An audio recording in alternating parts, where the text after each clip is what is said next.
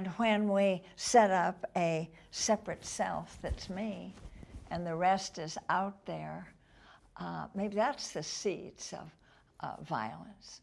That's the roots of greed, of fear, of aversion, of confusion.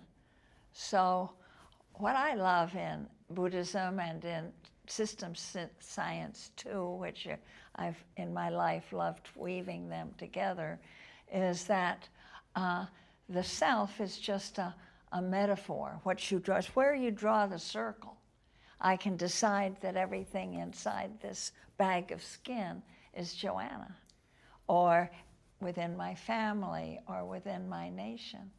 But the self is actually a metaphor around which you build your defenses, your needs to protect.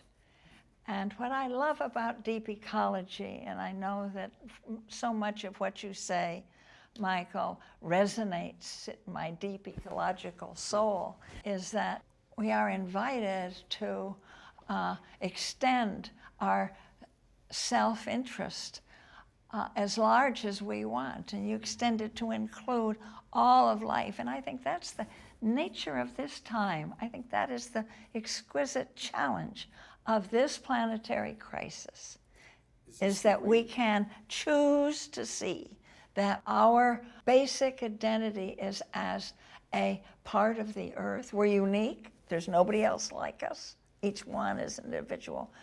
But we draw from and are interdependent with all the others in the whole earth.